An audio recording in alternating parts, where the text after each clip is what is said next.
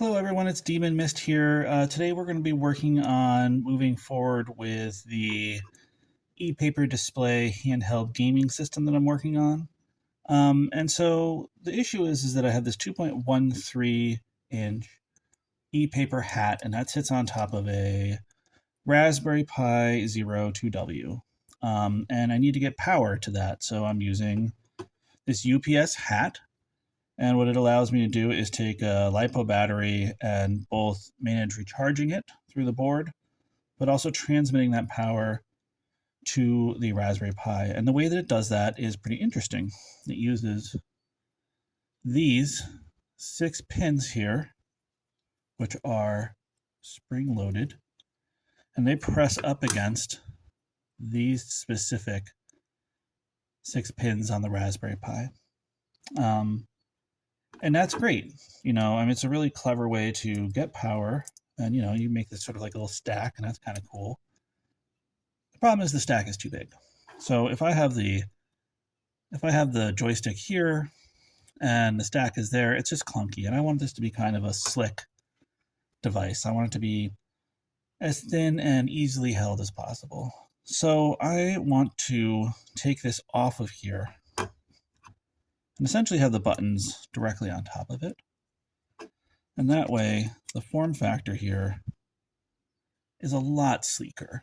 For one thing, it's about a uniform width all the way through.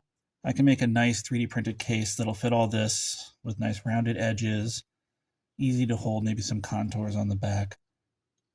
So in order to do this, we need to solve a power problem. Essentially, what we're going to do is we're going to take this, I'll put it on the side, I don't need it. I'm going to take the hat off.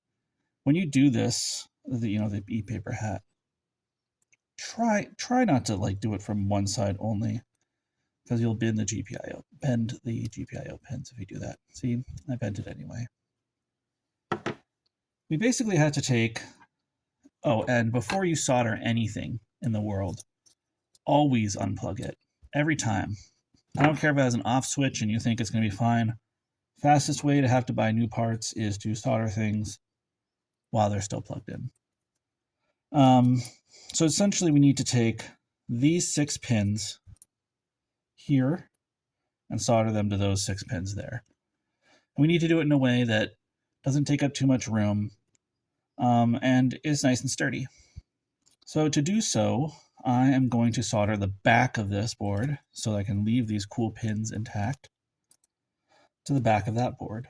I've looked up online through a reference what those pins are on the Raspberry Pi when you're looking at it with this orientation. It's 2 5-volts, so that's 5-volt, 5-volt, a ground right there, a 3-volt, and then SDA and SCL. So that's where all the information will travel from the USB-C on the power hat right here up through into the Raspberry Pi, as well as, of course, how it's going to get power. So when we do something like this, we want to be real thorough. It is so easy to confuse things, especially when you're talking about different orientations. So we want to make sure that the Raspberry Pi is always in this orientation, and that this hat is also in the same orientation with the pins on the top right. What we're going to do is we're going to use color-coded cables. I don't mind sacrificing these kinds of cables if it means that this is going to be, nice and easy to keep track of. These are going to be my 2 5-volts, orange and red, so you can remember those as, as juice. This will be ground, brown ground. I think that's always a nice one. We'll do black and white as SLC and SDA, and then this gray one as 3-volt. Now the next thing we need to do is we need to figure out what kind of clearance do we need to do this. So let's bring all of our stuff back. All right. I'll put the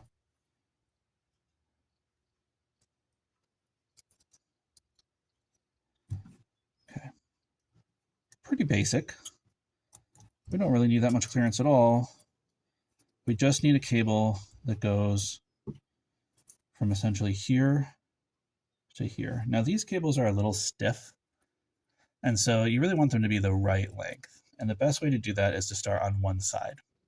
Okay, so we're just going to clip these off.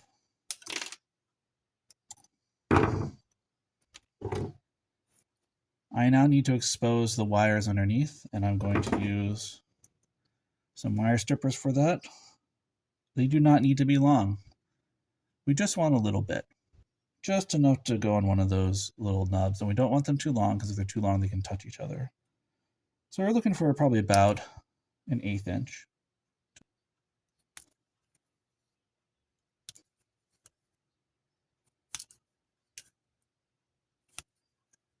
And finally, always twist your wires together. Just get used to it. When they start splaying apart, the number one reason you do this, besides just it's easier, is that if any one of these little tiny copper cables sticks out, it can touch another one and short your project. Most shorts don't result in you frying your stuff. Sometimes they do. So you do not want shorts.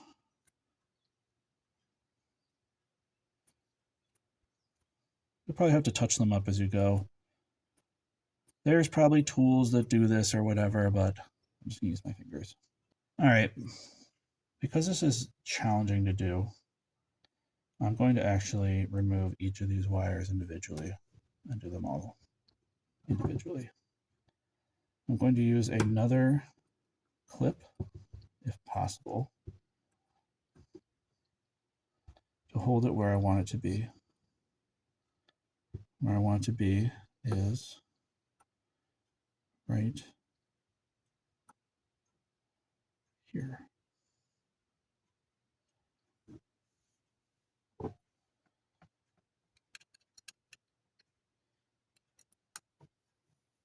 I'm going to heat up my soldering iron, and I'm going to use it to press the cable down into the soldering point. Just add a little bit of solder and then wait a second.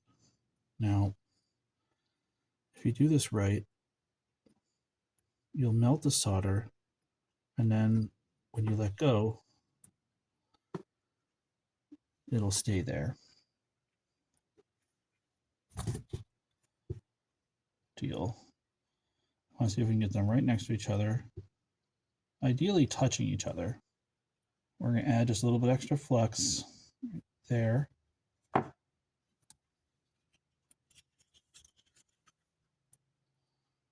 This is hard to do on camera, but I'm going to hold it, touch a little bit of solder to it, let go. Did that work? No, it did not.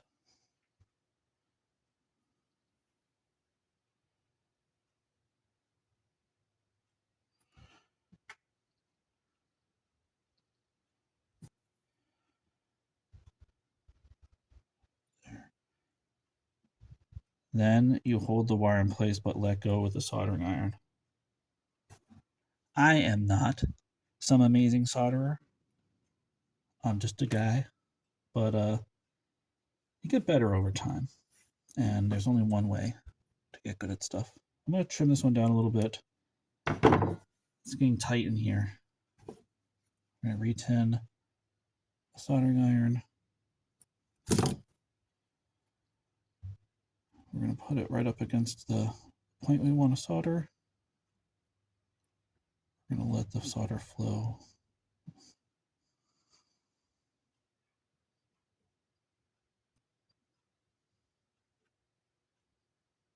Okay. You will get better at soldering, just as I will too. But it's done. They're soldered. And if I look carefully, I can see that none of the metals are touching each other. They're a little close. A couple points that I'm going to trim up with my snips just so they're not even next to each other. This is something you can absolutely do. And remember, solder is pretty forgiving because if you mess it up, you can just do it again. So we got 6 things soldered to one side. Now I'm going to take the screen off of this one more time because I do not want to like burn any of the screen. I don't know how sensitive it is. Let's figure out how long we want these. The back of this device, the flatter I get this to here, the easier it'll be on the back of the device to build the enclosure. You know, it might be worth sort of connecting these together just for this. Some people think electrical tape is non-conductive. That's true to a point. But there is nothing in the world that can stop a certain amount of voltage. So with this kind of project, it's great. If you're working on juice coming out of the wall, go read stuff about it. And stop taking advice from randos on YouTube. So I'm just going to do a quick tape here. So you can go to the bottom. When you're stripping wires, it's fun to do it ahead of time, but you don't always have the right measurement. So you have to do it afterwards, which means you have to be careful not to rip your leads out that you just soldered. The way I do it is I put the thing, you know, the stripper there, and I'm actually just pinching the cable in the back with my thumb and pulling down. So I'm not pulling up on the wire. I'm actually pulling down on it with my finger, and that lets me not rip it from the solder point. Those solder points are stronger than you'd think, but they are still just a tiny bit of material.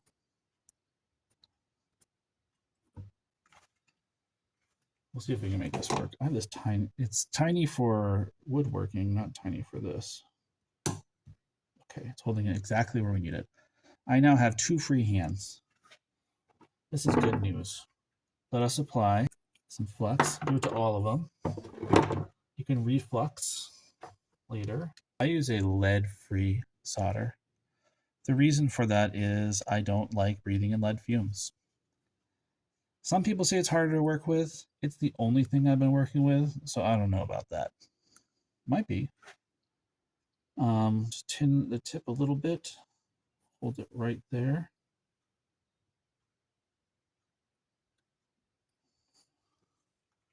If you do not like tedium, soldering may not be your pursuit. Nevertheless, give it a shot. You'd be surprised both at how it's not, I hate saying things are easy. It's not easy, okay? But it's not hard. It's simple once you get it, and you'll never get it if you don't try. So we've got our first 3 wires soldered. Now we're going to do the next 3.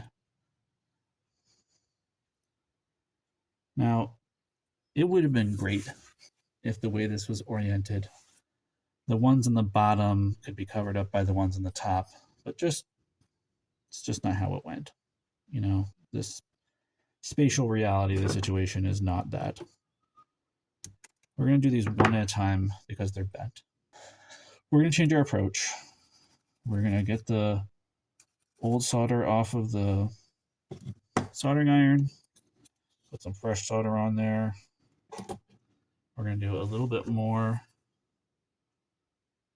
flux onto the actual thing. We're going to get this in place by hand. I really want it to go like this. And we're going to use that to push it into place. Just like that. Add a little bit more. Okay, here we go.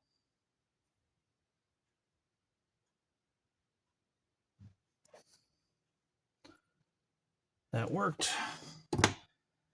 Now there are other solutions. I could have made like a special connector and soldered it onto there that had like a little strip and it fit in there and it fit in there. But the truth is I suck at crimping and I still have to learn how to do it. I have to practice it and get better, get good, right? And I'm not. So I'm not at that point. I never pretend to be a master. I can only share with you what I have learned. And, I'm sure people, if and when this gets any traction, will tell me all about it in the comments about what I'm doing right and what I'm doing wrong.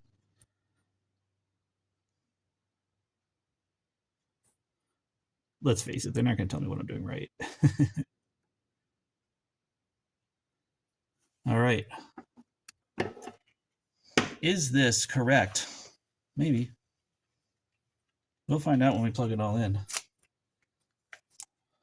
turn it on. Do we see lights?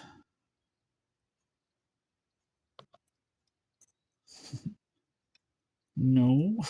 No lights. Okay. Oh, wait, no. It's got power. It's got power. There's a little indicator light right there. We are good. We are good. Yes. Okay. Now, I haven't even done the math yet, but there are cables that come out of this and that I will be able to splice, I hope, into these GPIO pins. And there's a trick for when you do that. Let me turn this off so it stops. Let me mess around. The trick is here. There is exposure between the boards, and I will be able to wire things either directly to there, or I'll be able to wire them like I did to the back there with this one. That's to be solved in the future. We do this one step at a time.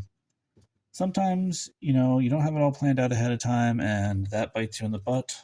That might be the case here, but I know that this uses an I2C data transfer protocol. And I know Raspberry Pi 2Ws can take that kind of protocol. So what I'll probably do is I'll probably use AI, like Claude, to map what those should be. And then, of course, I'll check it in case Claude lied to me. I'll take the cables that came with this, I'll splice them right onto the board, and we'll be good to go. So, yeah, that's a very long-winded exploration of how I solder stuff. So thank you so much. Bye.